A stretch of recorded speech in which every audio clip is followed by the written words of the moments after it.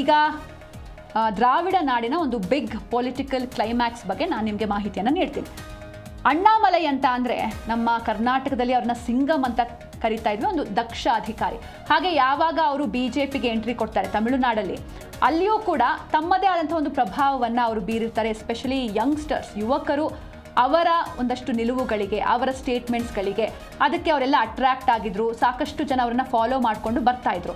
ಇದು BJPಗೆ ಪ್ಲಸ್ ಆಗಿತ್ತು, ಏಕೆಂದರೆ ಅಣ್ಣಾಮಲೈ ಅವರು BJPಗೆ ಎಂಟ್ರಿ ಆಗಿದ್ದು BJPಗೆ ಪ್ಲಸ್ ಆಗಿತ್ತು. ಬಟ್ ಇದೀಗ ಒಂದಷ್ಟು ಅಸಮಾಧಾನದಿಂದ ಅಣ್ಣಾಮಲೈ BJPಗೆ ಗುಡ್ ಬೈ ಹೇಳಿದ್ದಾರೆ. ಅವರೇ ಒಂದು ಹೊಸ ಸಂಘಟನೆಯನ್ನ ಶುರು ಮಾಡೋದಕ್ಕೆ ಹೊರಟಿದ್ದಾರೆ. ಅದು ಒಂದು ಮೇಜರ್ ಡೆವಲಪ್ಮೆಂಟ್, ಒಂದು ಹೊಸ ಆಂದೋಲನ ಅಂತ ಹೇಳ್ಬೋದು. ಹೊಸ ಆಂದೋಲನಕ್ಕೆ ಮುನ್ನುಡಿಯನ್ನ ಬರೀತಾ ಇದ್ದಾರೆ. ಹಾಗೆ ಕೇವಲ 10 ಗಂಟೆಗಳಲ್ಲಿ 10 ಲಕ್ಷ ಯುವಕರು ಇವರ ಹಿಂದೆ ನಿಂತಿದ್ದಾರೆ, ಅಂದರೆ ಸಪೋರ್ಟ್ ಮಾಡ್ತಾ ಇದ್ದಾರೆ. ಹಾಗಾದ್ರೆ ಅಣ್ಣಾಮಲೈ BJPಯನ್ನ ತೊರೆದಿದ್ದೇಕೆ?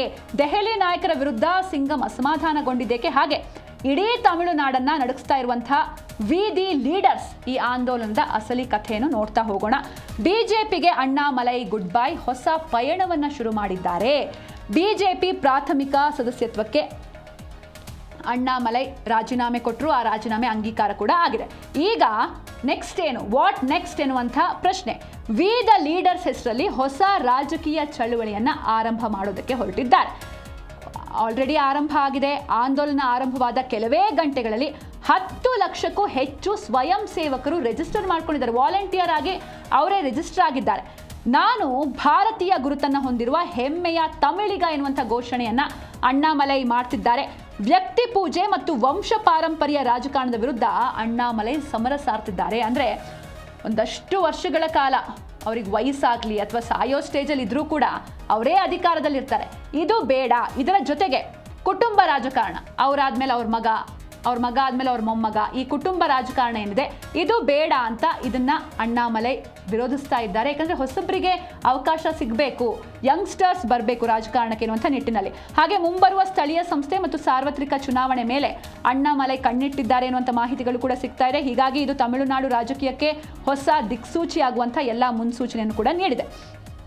ಹಾಗೆ ಯಾರೆಲ್ಲ ಯುವಕರು ಈ ಒಂದು ಆಂದೋಲನ ಅಥವಾ ಸಂಘಟನೆ ದ ಲೀಡರ್ಸ್ಗೆ ಜಾಯ್ನ್ ಆಗ್ತಾರೆ, ಅವರಿಗೆ ಟ್ರೈನಿಂಗ್ ನೀಡ್ತಾರೆ.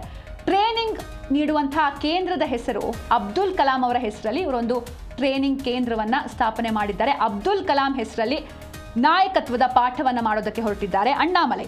ಯುವ ನಾಯಕರಿಗೆ ತರಬೇತಿ ನೀಡೋದಕ್ಕೆ APJ ಅಬ್ದುಲ್ ಕಲಾಂ ನೈತಿಕ ಮತ್ತು ರಾಜಕೀಯ ಸ್ಥಾಪನೆ ಮಾಡಿದ್ದಾರೆ. ರಾಜಕೀಯದ ಭಾಷೆ ಮತ್ತು ವ್ಯಾಕರಣವನ್ನೇ ಚೇಂಜ್ ಮಾಡೋದಕ್ಕೆ ಅಣ್ಣಾಮಲೈ ಪಣ ತೊಟ್ಟಿದ್ದಾರೆ.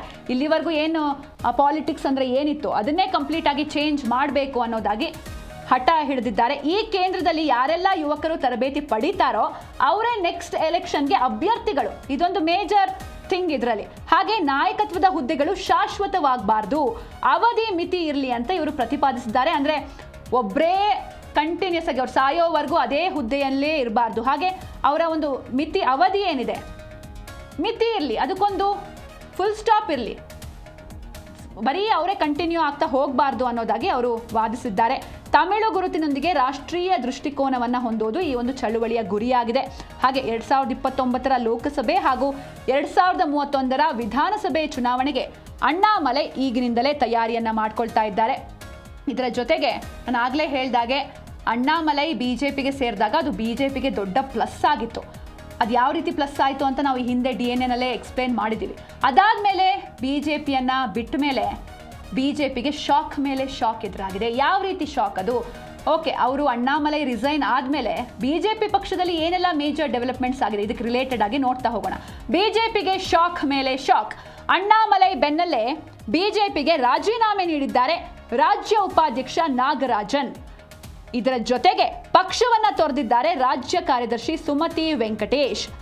ಸಾಂಸ್ಕೃತಿಕ ಬೇರುಗಳ ವಿಚಾರದಲ್ಲಿ ಹೈಕಮಾಂಡ್ ಜೊತೆ ನಮಗೆ ಹೊಂದಾಣಿಕೆ ಆಗ್ತಾ ಇಲ್ಲ ಅಂತ ನಾಯಕರು ರೀಸನ್ ಕೊಟ್ಟು ರಿಸೈನ್ ಮಾಡಿದ್ದಾರೆ. ಹೀಗಾಗಿ ತಮಿಳುನಾಡು BJPಯಲ್ಲಿ ಒಂದು ದೊಡ್ಡ ಮಟ್ಟದ ಬಿರುಕೆ ಕಾಣಿಸಿಕೊಂಡಿದೆ. ಆದರೆ ಅಣ್ಣಾಮಲೈ ಹೋದರೆ ಪಕ್ಷಕ್ಕೆ ನಷ್ಟ ಇಲ್ಲ ಅಂತ BJPಯ ರಾಜ್ಯಾಧ್ಯಕ್ಷ ನೈನಾರ್ ನಾಗೇಂದ್ರನ್ ಹೇಳಿದ್ದಾರೆ. ಅಂದರೆ ಮುಂಚೆ ಅಣ್ಣಾಮಲೈ ಅವರೇ ಬಿಜೆಪಿಯ ರಾಜ್ಯಾಧ್ಯಕ್ಷರಾಗಿರ್ತಾರೆ, ಅವರನ್ನ ಕೆಳಗಿಳಿಸಿ ಅದಾದಮೇಲೆ ನೈನಾರ್ ನಾಗೇಂದ್ರನ್ ಅವರು ರಾಜ್ಯಾಧ್ಯಕ್ಷರಾಗ್ತಾರೆ. ಅವರು ಅಣ್ಣಾಮಲೈ ಹೋದರೆ ನಮ್ಮ ಪಕ್ಷಕ್ಕೇನು ಲಾಸ್ ಇಲ್ಲ ಅಂತ ಅವ್ರು ಹೇಳಿದ್ದಾರೆ. ಹಾಗೆ ನಾಯಕರು ಹೋದರೂ ಕೂಡ ನಮ್ಮ ಸಿದ್ಧಾಂತ ನಮಗೆ ಗೊತ್ತಿದೆ, ಆ ಸಿದ್ಧಾಂತದೊಂದಿಗೆ ನಾವು ಮುಂದುವರಿತೇವೆ ಅಂತ ಬಿಜೆಪಿ ಹೇಳ್ತಾರೆ. ಅಂದರೆ ಒಳಗೊಳಗೆ ಶಾಕ್ ಆಗಿದ್ರು ಕೂಡ ಎದುರುಗಡೆ ಅವರು ತೋರಿಸ್ಕೊಳ್ತಾ ಇಲ್ಲ. ಆದರೆ ಯಾವಾಗ ಅಣ್ಣಾಮಲೈ ಅವರು ಬಿಜೆಪಿಗೆ ಎಂಟ್ರಿ ಕೊಟ್ಟರು, ಒಂದು ರೀತಿ ಹೊಸ ಅಲೆಯನ್ನೇ ಸೃಷ್ಟಿ ಮಾಡಿದರು ರಾಜಕಾರಣದಲ್ಲಿ. ತಮಿಳುನಾಡು ರಾಜಕಾರಣದಲ್ಲಿ ಅಣ್ಣಾಮಲೈ ಅವರು ಸೃಷ್ಟಿಸಿರುವಂಥ ಅಲೆಯೇ ಬೇರೆ, ಅದರ ಪ್ರಭಾವನೇ ಬೇರೆ. ಆದರೆ ಆ ಪ್ರಭಾವವನ್ನು ದಳಪತಿ ಲಾಭವಾಗಿ ಬಳಸ್ಕೊಂಡ್ರಾ ಎನ್ನುವಂಥ ಪ್ರಶ್ನೆಗಳು ಮೂಡ್ತಾ ಇದೆ. ಅಂದರೆ ವಿಜಯ್ ಅದರ ಲಾಭವನ್ನು ಪಡೆದ್ರ. ಯಾಕೆ ಅಂತ ಅಂದರೆ ಅಣ್ಣಾಮಲೈ ಅವರ ಫಾರ್ಮುಲಾಸ್ ಒಂದೊಂದಿಷ್ಟಿತ್ತು, ಅದು ದಳಪತಿಗೆ ಲಾಭವಾಯ್ತಾ ನೋಡ್ತಾ ಹೋಗೋಣ. ತಮಿಳುನಾಡಿನಲ್ಲಿ ಸೃಷ್ಟಿಯಾದ ರಾಜಕೀಯ ಶೂನ್ಯತೆಯನ್ನು ಬಳಸ್ಕೊಂಡ್ರ ನಟ ವಿಜಯ್. ಅಣ್ಣಾಮಲೈ ರೂಪಿಸಿದ್ದ ನವ ದ್ರಾವಿಡ ಸಿದ್ಧಾಂತದ ಹಾದಿಯಲ್ಲಿ ಟಿವಿಕೆ ಪಕ್ಷ ಗೆದ್ದಿದೆ. ಹಾಗೆ ಬಿಜೆಪಿ ಹೈಕಮಾಂಡ್ ತಾಳ್ಮೆ ಕಳೆದುಕೊಂಡಿದ್ದೇ ಅಣ್ಣಾಮಲೈ ಅಸಮಾಧಾನಕ್ಕೆ ಕಾರಣ ಇರಬಹುದು ಎನ್ನುವಂಥ ವಿಚಾರಗಳು ಕೂಡ ಓಡಾಡ್ತಾ ಇದೆ. ಯಾಕಂದರೆ ಅಣ್ಣಾಮಲೈ ಅವರು ತಮಿಳುನಾಡಲ್ಲಿ ಒಂದಿಷ್ಟು ಬದಲಾವಣೆಯ ಅಲೆಯನ್ನು ಎಬ್ಬಿಸಿದ್ರು, ಮತ್ತು ಅವರು ಒಂದಷ್ಟು ರಾಜಕೀಯ ಸೂತ್ರಗಳನ್ನು ರೂಪಿಸಿದ್ರು. ಅದು ನಟ ವಿಜಯ್ ಅವರು ಆ ಸೂತ್ರಗಳನ್ನು ಚಾಣಾಕ್ಷತನದಿಂದ ಬಳಸ್ಕೊಂಡ್ರು ಎನ್ನಲಾಗ್ತಾ ಇದೆ. ತಮಿಳುನಾಡಿನಲ್ಲಿ ಸೃಷ್ಟಿಯಾದ ರಾಜಕೀಯ ಶೂನ್ಯತೆಯನ್ನು ಸರಿಯಾಗಿ ಬಳಸ್ಕೊಂಡ್ರು ನಟ ವಿಜಯ್. ಹಾಗೆ ಅಣ್ಣಾಮಲೈ ರೂಪಿಸಿದ್ದ ನವ ದ್ರಾವಿಡ ಸಿದ್ಧಾಂತದ ಹಾದಿಯಲ್ಲೇ ಸಾಗಿ, ಅಂದರೆ ಹೊಸತೇನಾದರೂ ತರಬೇಕು, ಚೇಂಜಸ್ ತರಬೇಕು, ನವ ದ್ರಾವಿಡ ಸಿದ್ಧಾಂತ ಏನಿತ್ತು ಅದರ ಹಾದಿಯಲ್ಲೇ ಸಾಗಿ ತಮ್ಮ ಟಿವಿಕೆ ಪಕ್ಷದ ಮೂಲಕ ಗೆದ್ದು ಅವರು ಬೀಗಿದ್ದಾರೆ. ಈ ಕಡೆ AIADMK ಜೊತೆಗಿನ ಬಿಜೆಪಿಯ ಮೈತ್ರಿಯನ್ನು ಮೊದಲಿನಿಂದಲೂ ಕೂಡ ತೀವ್ರವಾಗಿ ಅಪೋಸ್ ಮಾಡ್ತಾ ಬಂದಿದ್ರು ಅಣ್ಣಾಮಲೈ. ಈಗ ಅವರ ಸ್ವತಂತ್ರ ಹೋರಾಟವನ್ನು ಬದಿಗಿಟ್ಟು ರಾಷ್ಟ್ರೀಯ ನಾಯಕತ್ವ ಹಳೆಯ ಮಿತ್ರ ಪಕ್ಷಗಳ ಜೊತೆ ಮೈತ್ರಿಗೆ ಮುಂದಾಗಿದ್ದು ಅದು ತೀವ್ರ ಮುಜುಗರವನ್ನು ತಂದಿತ್ತು. ಹೀಗಾಗಿ ಅವರು ಗ್ಯಾಪ್ನ ಕಾದುಕೊಂಡ್ರು. ಇದಾದ ಮೇಲೆ ರಿಸೈನ್ ಕೂಡ ಮಾಡಿದ್ದಾರೆ. ಬಟ್ ಇಲ್ಲಿ ಲಾಭ ಆಗಿದ್ದು ದಳಪತಿ ವಿಜಯ್ಗೆ. ಏಕೆಂದರೆ ಅಣ್ಣಾಮಲೈ ಅವರ ಎಷ್ಟೋ ಒಂದಿಷ್ಟು ಸಿದ್ಧಾಂತಗಳನ್ನು ವಿಜಯ್ ಅವರು ಅಳವಡಿಸಿಕೊಂಡು ಗೆದ್ದಿರೋದು ನಿಜಕ್ಕೂ ಇತಿಹಾಸ. ಯಾವ ರೀತಿ ಗೆದ್ರು ಅಂತ ನಾವು ನೋಡಿದ್ವಿ, ಕಿಂಗ್ ಮೇಕರ್ ಆಗ್ತಾರೆ ಅಂದ್ಕೊಂಡ್ವಿ. ಬಟ್ ವಿಜಯ್ ಕಿಂಗ್ ಆಗಿ ಹೊರಹೊಮ್ಮಿದ್ದಾರೆ. ಇದರ ಜೊತೆಗೆ ತಮಿಳು ರಾಜಕೀಯದಲ್ಲಿ ಸಮೀಕರಣ ಬದಲಾವಣೆ ಆಗ್ತಾ ಇದೆಯಾ, ಈ ಬಗ್ಗೆಯೂ ಕೂಡ ನಾವು ನೋಡ್ತಾ ಹೋಗಬೇಕಾಗತ್ತೆ. ಹಾಗೆ ಯಾಕಂದರೆ ಅಣ್ಣಾಮಲೈ ಅವರು ರೆಸಿಗ್ನೇಷನ್ ಕೊಟ್ಟಿದ್ದಾರೆ, ಅದು ಅಂಗೀಕಾರ ಕೂಡ ಆಗಿದೆ ಬಿಜೆಪಿಗೆ. DMK ಮತ್ತು AIADMK ವಿರುದ್ಧ ಏಕಕಾಲಕ್ಕೆ ಸಮರವನ್ನ ಘೋಷಣೆ ಮಾಡಿದ್ದಾರೆ ಅಣ್ಣಾಮಲೈ. ಹೈಕಮಾಂಡ್ ಸಂಸ್ಕೃತಿ ಏನಿದೆ ಅದು ತಮಿಳುನಾಡಿನ ಮಣ್ಣಿಗೆ ಸರಿ ಹೊಂದೋದಿಲ್ಲ, ಇಲ್ಲಿನ ನೇಟಿವಿಟಿಗೆ ಅದು ಸೂಟ್ ಆಗ್ತಾ ಇಲ್ಲ ಅಂತ ಖಡಕ್ ಹೇಳಿಕೆಯನ್ನು ಕೊಟ್ಟಿದ್ದಾರೆ. ಕಾವೇರಿ ನೀರು ಮತ್ತು ತಮಿಳು ಹಕ್ಕುಗಳಿಗಾಗಿ ರಾಜಿ ಇಲ್ಲದೆ ನಾನು ಹೋರಾಟವನ್ನ ಮಾಡ್ತೀನಿ ಅಂತಲೂ ಕೂಡ ಹೇಳಿದ್ದಾರೆ. ಹಾಗೆ ಇದಕ್ಕೂ ಕೂಡ ಸೋನಂ ವಾಂಗ್ಚುಕ್ ಸೇರಿದಂತೆ ಹಲವರಿಂದ ಅಣ್ಣಾಮಲೈ ಪ್ರಯತ್ನಕ್ಕೆ ಭಾರಿ ಪ್ರಶಂಸೆಗಳು ವ್ಯಕ್ತವಾಗ್ತಾ ಇದೆ.